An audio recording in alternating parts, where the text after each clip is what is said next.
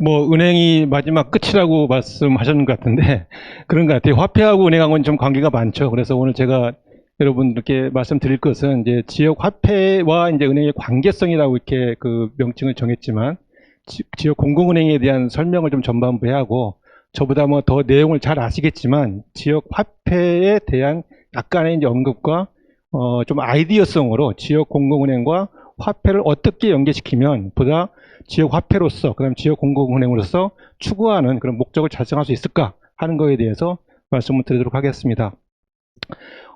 지역 공공은행에 대해서 먼저 말씀을 드리고요. 그 다음에 지역 화폐에 대해서 간단히 여러분 다 못한 지식이지만 말씀을 드리고 그 다음에 두 개의 어떤 그 관계성 그 다음에 결론 이렇게 말씀드리겠습니다. 지역 공공은행에 대해서 이제 먼저 말씀을 드리려고 하는데 은행은 다 여러분 아시잖아요. 근데 지역 공공은행이라고 한다면 지역에 있는 어떤 상업은행 이런 식의 개념을 좀 가지고 계신 분들 계신 것 같아가지고 요 슬라이드를 넣었는데 저희가 공공은행이라고 한다면 반드시 지자체가 소유하는 건 아니지만 그래도 이론적으로 얘기할 때 지자체가 소유하면서 지역의 공공적 이익을 위해서 운영되는 은행 이렇게 지금 정의를 좀 일반적으로 하고 있습니다. 그러니까 또 은행이 돈을 많이 벌기 위해서 은행을 운영하는 게 아니고 지역의 공공적 이익을 위해서 운행하는 거다 이렇게 이해하시면 좋을 것 같은데 다만 제가 이제 앞으로도 말씀드리겠지만 저는 여기서 공공은행이라는 명칭을 쓰긴 하지만 꼭 은행을 상정하지는 않습니다. 뭐 기금이 될 수도 있고 심지어 뭐 대부업체도 될 수 있고 저는 별도의 기구를 만드는 게 더 좋다 하는 그런 생각을 가지고 있는데 어쨌든 은행법상의 은행은 아니다 라는 것을 좀 염두에 두시고 들어주시면 고맙겠습니다. 이런 지역 공공은행에 대해서 이제 그 뭐 좀 긍정적인 의견도 있고 부정적인 의견도 있습니다. 이제 긍정적인 의견은 우리가 지금 요즘에 많이 얘기하고 있는 여러 가지 소외 계층들에 대해서 금융적 포용을 통해서 양극화를 좀 완화하자 할 수 있다 이런 이야기고 또 하나는 지역 내에 있는 어떤 자원을 지역 내에서 환류시킴으로써 지역 경제를 활성화할 수 있지 않겠느냐 하는 그런 의견이 있는 반면에 부정적으로 얘기할 때는 금융 배대라든가 뭐 양극화 이런 것은 시장 자본주의 경제에서는 자연스러운 현상이기 때문에 이것을 금융적으로 해결하는 데 한계가 있는 거 아니냐 뭐 좀 너무 이상적인 얘기하는 거 아니냐 이런 의견을 가지고 있고 또 하나는 금융 본진에서 이게 리스크가 크기 때문에 사실 말은 좋지만 쉽지 않을 것이다 이런 좀 부정적인 의견이 있는데 아마 제가 말씀드리거든 이 두 가지 의견에 대해서 뭐 제 설명을 드리는 형태로 이렇게 진행이 될 것 같습니다. 우선 긍정적 앞으로 좀 긍정적 의견을 이야기하기 전에 왜 지역 공공은행이 필요하냐 하는 거에 대해서 제가 이제 금융 접근성이라고 해서 이제 먼저 말씀을 드리면 여러분 한 10여 년 전에 토마 피케티라는 사람이 21세기 자본이라는 그런 책을 들고 와서 굉장히 좀 반향을 많이 일으켰죠. 거기에서 뭐라고 얘기했냐면 자본 수익이 경제 성장률보다 역사적으로 검토해 보니까 훨씬 더 커더라. 그 얘기는 자본을 가지고 있는 사람이 부를 축적하기 쉽더라.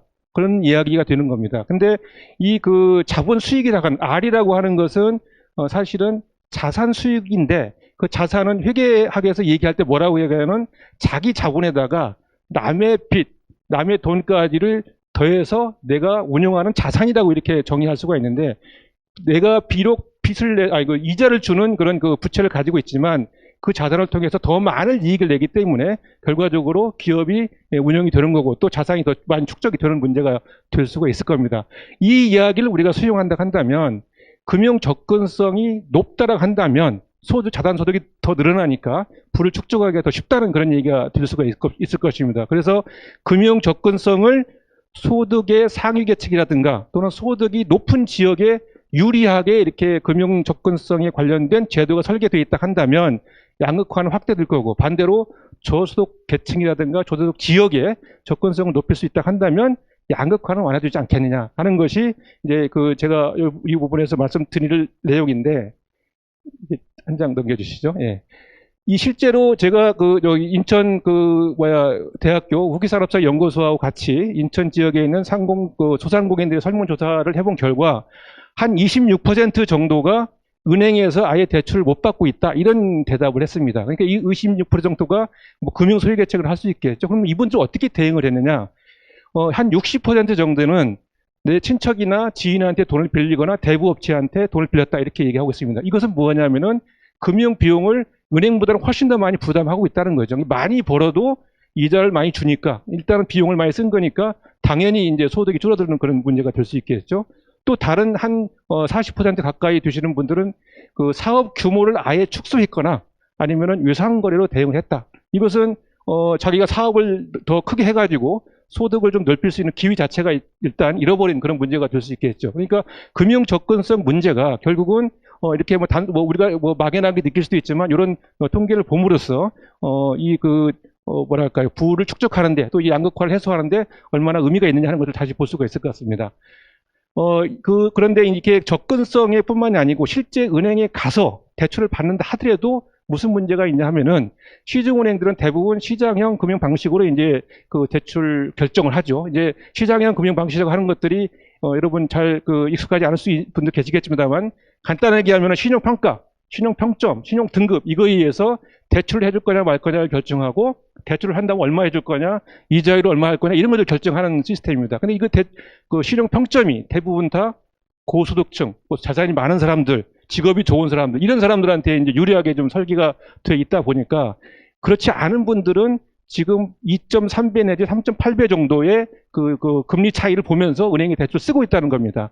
예를 들어서 신용 등급 상위에 계신 분을 이른다 한다면 하위의 그룹에 계신 분들은 2.3배 내지 3.8배의 높은 이자율을 내고 있는 건데 더 나아가서 은행의 영업 형태를 본다 한다면 완전히 비대면 형태로 거래하는 인터넷 같은 데가 제일 높습니다. 3.8% 정도 높고 그래도 조금 대면을 하지만 전국 단위로 운영하는 시중은행이 3.4배 정도 됩니다.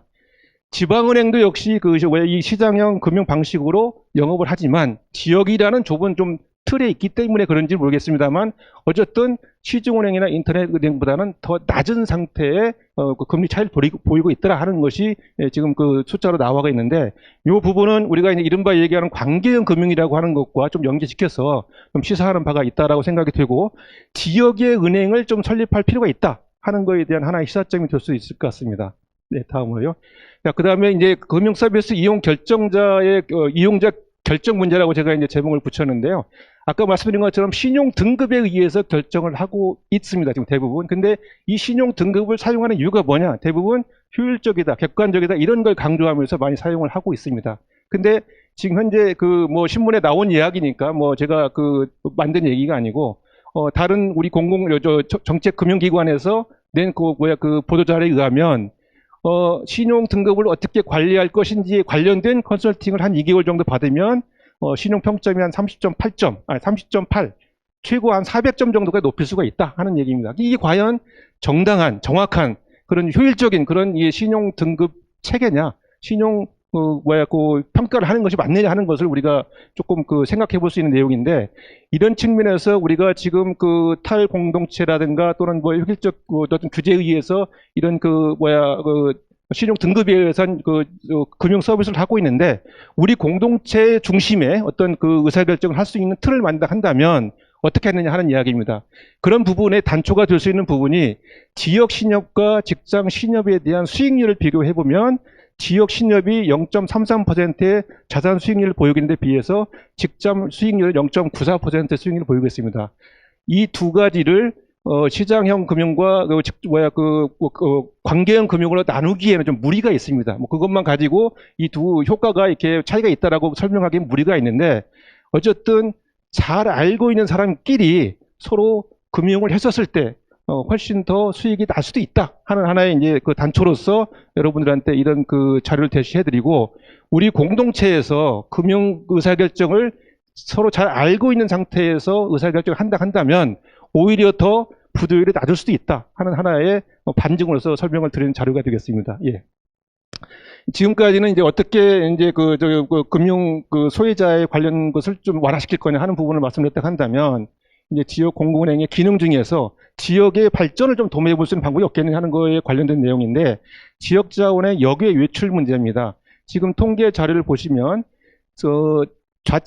밑에 좌측에 있는 것은 비은행입니다. 그러니까 신협의 통계 자료인데 신협에 들어온 예금 중에 예를 들어서 한 반 정도가 단순하게 말하면 반 정도가 외부로 빠져나갑니다. 외부로 빠져나가서 아마 대부분은 신협 중앙회로 가가지고 큰 기업들이 발행한 회사채를 매입하는 데로 이제 들어갔을 가능성이 큽니다. 그렇게 될 수 크고 반대로 그렇기 때문에 신협에 같이 이제 풀풀이 어떤 금융기관을 하는 것조차도 지역 자원이 지역에 투자되지 않고 지역 사람한테 돌아가지 않고 외부로 나가고 있다는 것을 보여주고 있는 내용이고요.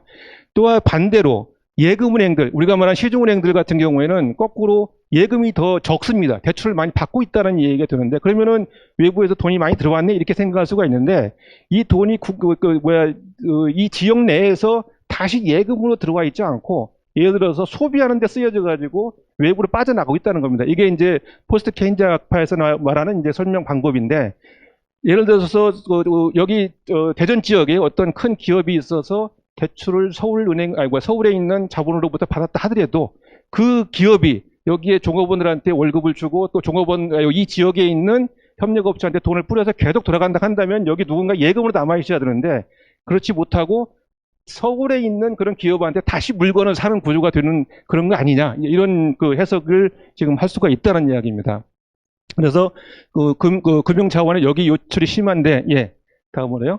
근데 이러한 그 일반적인 그 개인이나 기업의 금융자원뿐만이 아니고 지역 주민을 위해서 쓸 어떤 지자체 금고, 또 지역민들이 조성한 지역 금고의 자금도 대부분 지자체의 금고 역할을 시중은행이 함으로써 일반 개인들의 예금과 똑같은 어떤 맥락에 의해서 외부로 유출되고 있을 것이다 하는 것을 우리가 좀 유추해 볼 수가 있는데, 이 지역 공공은행이라는 어떤 매체가 있다 한다면 지자체의 금고 역할을 지역 공공은행이 함으로써 이 지역에서 조성된 지자체의 금고 자금을 지역에서 환류시킬 수 있을 것이다 하는 그런 그 말씀을 드리고 싶습니다. 예, 다음요.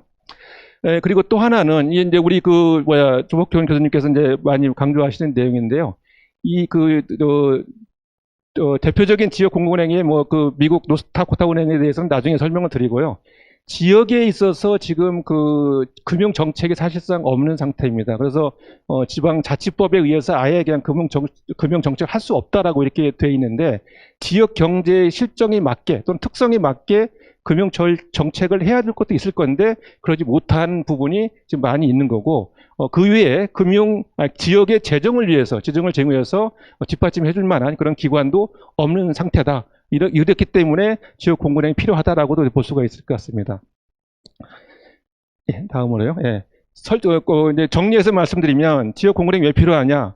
부의 축적 수단인 이 금융자원을 좀 평등하게 사용할 수 있는 기회를 높이기 위해서 금융 포용을 확대하기 위해서 필요하다. 그래서 계층 간 또는 지역 간 금융 소유 현상을 완화시키고 또 이제 양극화를 해소하기 위해서 필요하다는 내용이고, 지역 내 산업 연관 높은 지역 순환 경제를 실현하기엔 토대로서 필요하다. 그래서 지역에 있는 어떤 자그마한 이런 기업들이 여러 가지 신용 상태가 또는 신용 등급이 안 좋다 해가지고 성장할 기회를 놓치지 않도록 지역 은행이 자금을 공급함으로써 지역 경제 활성화를 도모할 수 있는 그런 기업을 키우고 또 개인의 소비도 충분히 촉진할 수 있는 그런 상황을 만들어 갈 수 있다 하는 이야기고, 그다음에 지방 재정 또 지방 금융 정책을 위해서도 지역 공공은행이 필요하다라고 이렇게 말씀드릴 수 있을 것 같습니다.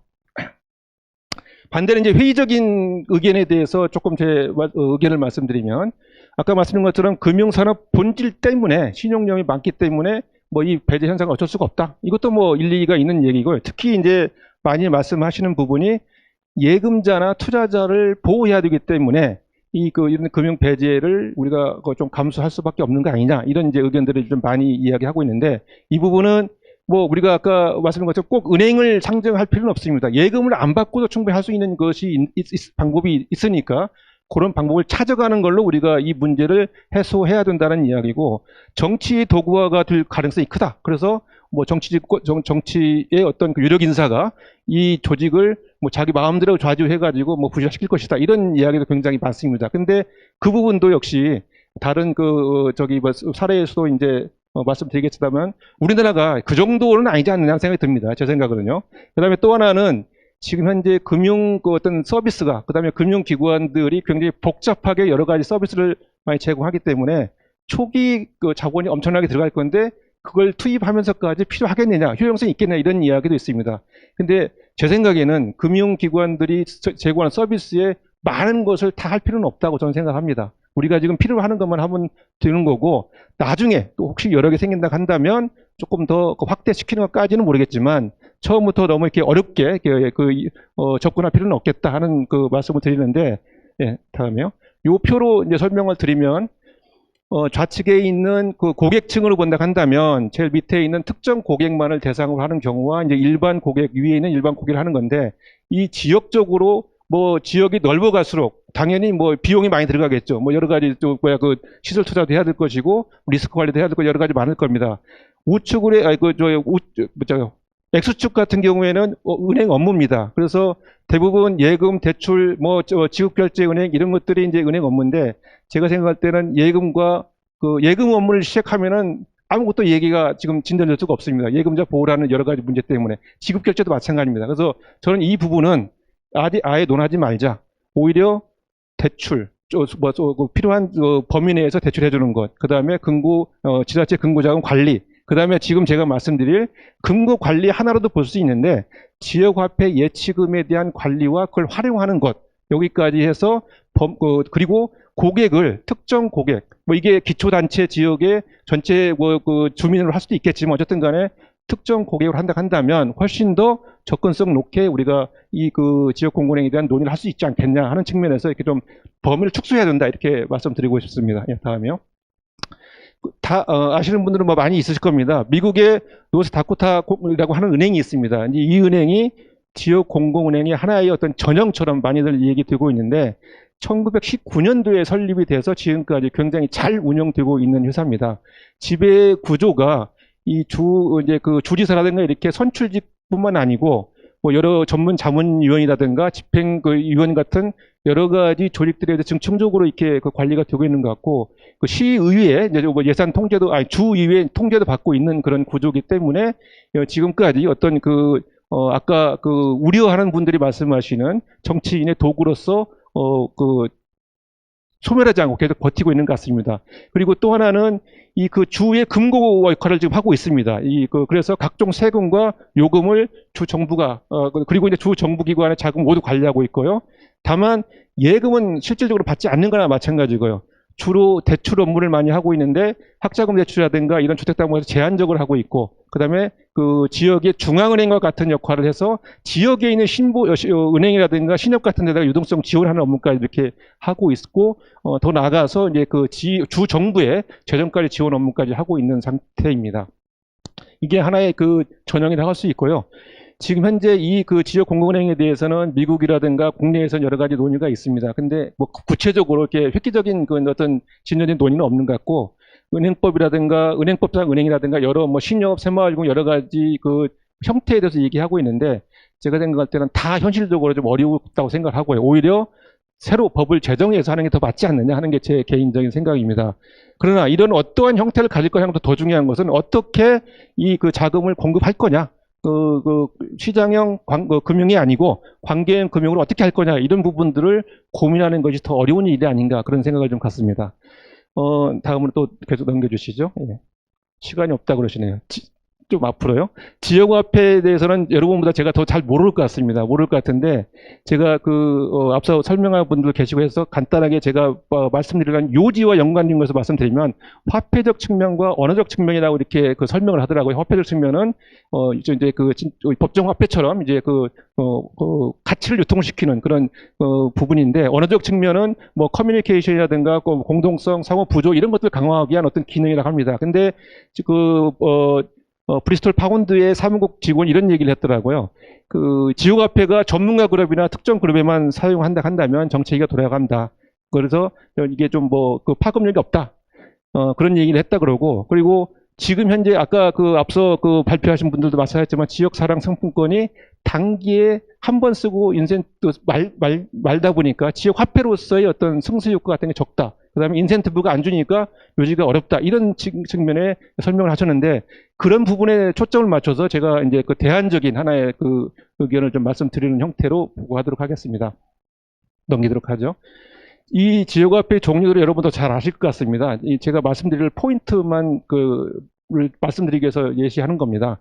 3,000가지가 넘는다고 하더라고요, 지역화폐가. 근데 바우처형 지역화폐라고 이렇게 분류를 합니다. 근데 제가 여기서 말씀드린 것은 지역화폐라 하더라도 법정화폐를 담보로 해서 미리 예치해놓고 하는 게 있더라. 이것은 법정화폐가로 태환이 가능한 거고, 또 어떤 것은 킴가가우 같은 경우는 미사용하면 가치가 감가되는데, 반대로 우리 지금 현재 지역사랑 상품 같은 경우는 사용하면 인센티브를 주는 구조가 있다는 얘기고, 그다음에 자금 융통형 지역화폐 같은 경우로도 이제 지역화폐가 쓰인다. 그래서 꼭 B2C 이런 게 아니고 B2B뿐만이 아니고 심지어는 이제 정부 세금까지 낼 수 있는 그런 구조도 가능한데, 이것도 역시 법정 화폐를 교환을 전제로 하고 있더라 하는 이야기인데, 상호 신뢰형 지역 화폐라고 하는 부분도 또 이제 있고, 아까 김병길 교수님께서 특히 이제 그것을 더 강조해서 말씀하셨는데, 이 지역 공공은행에서도 이 상호 신용형 지역 화폐 이런 것을 발행할 수 있을 거라고 생각이 됩니다. 그리고 이 하나의 플랫폼 역할을 하고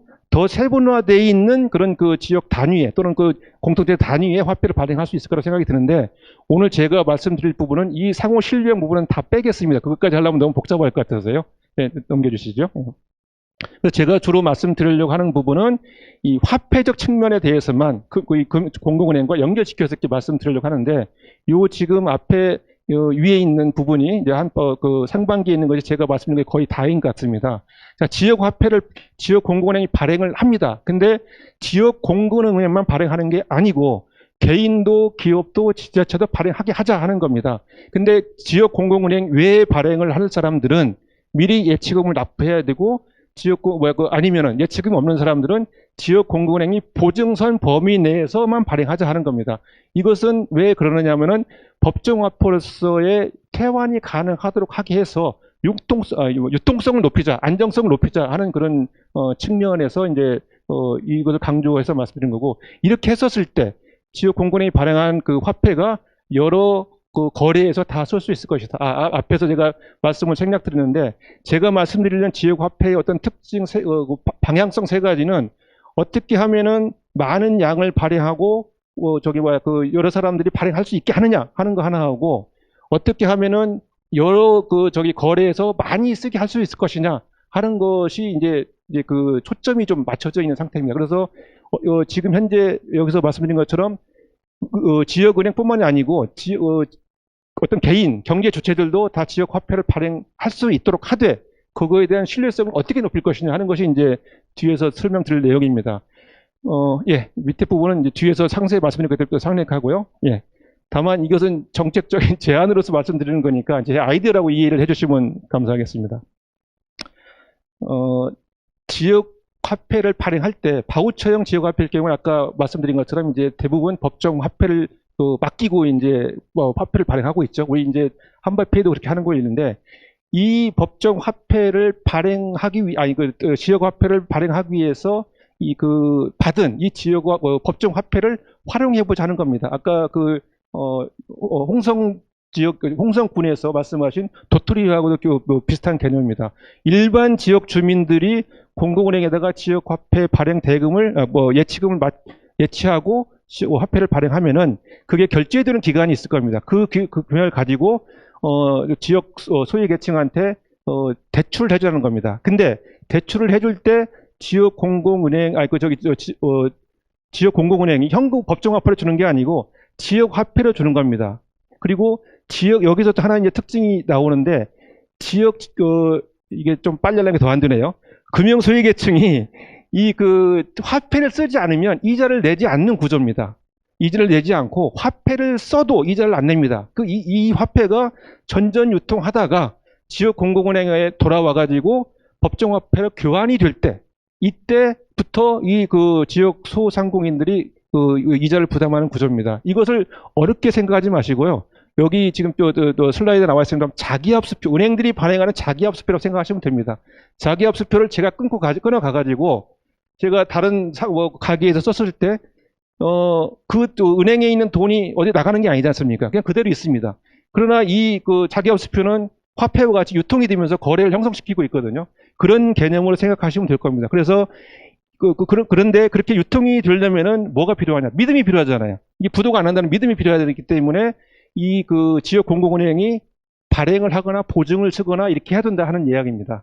그래서 이 단계에서는 지역 주민들이 스스로 지역 화폐에 기여하기 위해서 예치된 자금을 통해서 그 금융 소유 계층을 지원하자는 이야기고, 근데 그때 인센티브를 정부에서 받는 구조가 아니고 그 금융 소유 계층이 내야 될 이자를 줄여주는 방법을 이 화폐를 유통시킴으로써 이 법정 화폐를 소비시키지 않음으로써 그 부분으로 충분히 커버할 수 하자.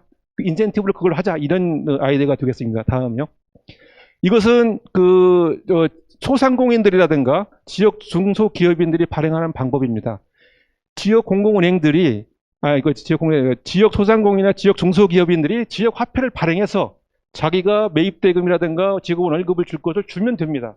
근데 역시 그것도 상대방들이 믿을 수 있어야 받을 수 있지 않겠습니까? 그럴 때 지역 공공은행이 지역 소상공인과 지역 중소기업 중에서 믿을 만한 정도의 신용평가를 통해서 한도를 정해서 지역 화폐를 발행해 주게 하는 겁니다. 그러니까 예를 들어서 A라는 그 소상공인은 신용도가 높기 때문에 1,000만 원까지 지역 화폐를 발행하게 하고, B라는 데는 중소기업 큰 데니까 5천만 원까지 할 수도 있고 이렇게 할 수가 있는데, 그렇게 해서 지역 화폐를 발행을 하면은 이것도 역시 지역 화폐가 유통이 돼서 지역 공공은행에 가서 법정 화폐로 바뀌기 전까지는 사실상 금융 비용을 부담하지 않아도 되는 거기 때문에 지역 화폐를 사용하는 사람들의 인센티브를 그 금융 비용으로 충분히 일부 지불할 수 있다. 지금 10% 주는 것처럼 큰 금액은 아니고요. 그럴 수 있다는 아이디어가 되겠습니다. 다음에요. 예. 이 부분은 지방 정부가 지역 공공은행한테 세출을 할 때, 예를 들어서 복지비라든가 급여라든가 이런 걸 줄 때 역시 그 지역 공공은행이 지역 화폐로서 주자는 이야기인데, 여기서 제가 조금 강조해서 말씀드리고 싶은 것은 이 지역 화폐라든가 이런 것들을 꼭 대기업이라든가 이런 건 사용하지 말고 중소기업만 사용하고 어려운 사람만 사용하고 이렇게 하지 말고 누구나 다 쓰게 하자는 겁니다. 대기업한테도 지급할 수 있습니다. 다만 대기업이라든가 외부에 있는 기업들이, 타 지역에 있는 기업들한테는 그냥 법정화폐로 퇴원을 하면은 인센티브를 주지 말고 사용할 때 인센티브를 주도록 하자 하는 이제 그 아이디어가 되는데, 시간 관계상 좀 자세한 설명을 좀 넘기도록 하겠습니다. 지금 앞서 앞쪽으로 한 번만 해볼까요? 이 중소기업이라든가 이런 분들한테 지역화폐 발행하는 것은 사실 지금 현재 은행 시스템으로 본다면 당좌 수표를 발행하는 거 똑같습니다. 약수금을 발행하는 거 똑같은데, 그거에 대해서 보증을 서주는 것 정도로 이해를 하시면 아마 쉽게 이해가 될 수가 있을 거고요. 다음에요. 지금 지방정부가 지역 공공은행에다가 자금을 집행하게 하는 것은 국고수표는 실제로는 아니지만 정부에서 국고수표를 발행해가지고 지역에 어떤 그 자금을 결제하는 그런 것과 똑같이 이해를 하셔도 좋을 것 같습니다. 이제 다음에요. 예. 그 다음에 이것은 아까 말씀드린 거하고 같은 맥락이긴 한데 조금 차원이 다른 부분은, 앞에서 말씀드린 것은 다 재원이 있는 겁니다. 개인이 지역화폐를 발행하고 싶을 때 그 지역화폐를 발행하기 위한 예치금을 맡기던가, 아니면은 지방 정부나 이런 데에서 법정화폐를 지급을 할 수 있는 충분한 어떤 교부금을 줬던가, 이런 상태에서 화폐가 있는 상태에서 이제 지역화폐를 발행한 건데, 이 부분은 한국은행이 배를 발행하는 것처럼 지자체의 미래 세입을 기반으로 해가지고 화폐를 발행할 수 있지 않느냐 하는 측면인데, 이것은 지금 현 단계에서는 너무 앞서 나가는 그런 이야기 같긴 합니다만, 어쨌든 지방자치단체가 좀 더 자치적으로 지역경제에 대한 부분을 좀 정책을 펴기 위해서는 이런 것도 장기적으로는 필요하지 않느냐, 이런 좀 생각을 좀 할 수가 있을 것 같습니다. 예, 다음으로요. 결론입니다. 지역화폐하고 지역공공은행은 이 지역 경제 활성화라든가 지역 공동체 회복이라는 어떤 목표가 동일한 것 같습니다. 그리고 아까 사회자께서 말씀하신 것처럼 화폐하고 은행은 굉장히 좀 연관계가 많기 때문에 또 시너지 효과가 좀 많이 있을 걸로 생각이 좀 됩니다. 지역화폐가 지역 공공은행의 어떤 신용 공여 기능, 또 지자체의 금고 기능, 또는 일종의 지역의 중앙은행과 같은 기능을 통해서 지역화폐의 양을 좀 늘리고, 또 사용 계층을 늘리고, 또 사용할 수 있는 거래를 이렇게 늘릴 수 있다 한다면 지금보다 훨씬 더 지역화폐가 좀 활성화되지 않겠느냐 하는 이야기고, 지역 공공은행 같은 경우에는 지역화폐의 발행 예치금이라든가 이런 걸 통해서 신용 창출을 하고, 또 이제 화폐 유통성에 기반한 어떤 법정화폐를 수요를 좀 감축을 시킴으로써 금융 비용을 우리가 감축시킬 수가 있기 때문에, 이 실제로 지역의 저소득층이라든가 조금 열악한 사업에, 어떤 그 기업들한테, 지역 기업들한테 실질적인 지원을 할 수 있지 않을까 하는 그런 생각을 좀 해볼 수 있을 것 같습니다. 그렇지만 아까 말씀드린 것처럼 지금 현재 이 단계에서 이 문제를 다 뭐 풀어가지고 현 제도 안에서 뭘 해보자. 이것은 제가 볼 때 거의 좀 쉽지 않다고 생각이 들고, 저는 이러한 어떤 그 목표가 맞고 또 이제 우리가 가야 될 길을 한다면 이러한 내용들을 담은 어떤 새로운 어떤 입법이라든가 이런 과정을 통해서 우리가 이제 좀 미래지향적인 어떤 제도를 도입하는 게 좋지 않을까, 이런 생각을 좀 해보고 있습니다. 예, 조금 하도 이렇게 빨리 끝내라고 주의를 많이 들어가지고 급하게 하냐고 말씀을 다 드리는 모르겠습니다. 감사합니다. 마치겠습니다. 예.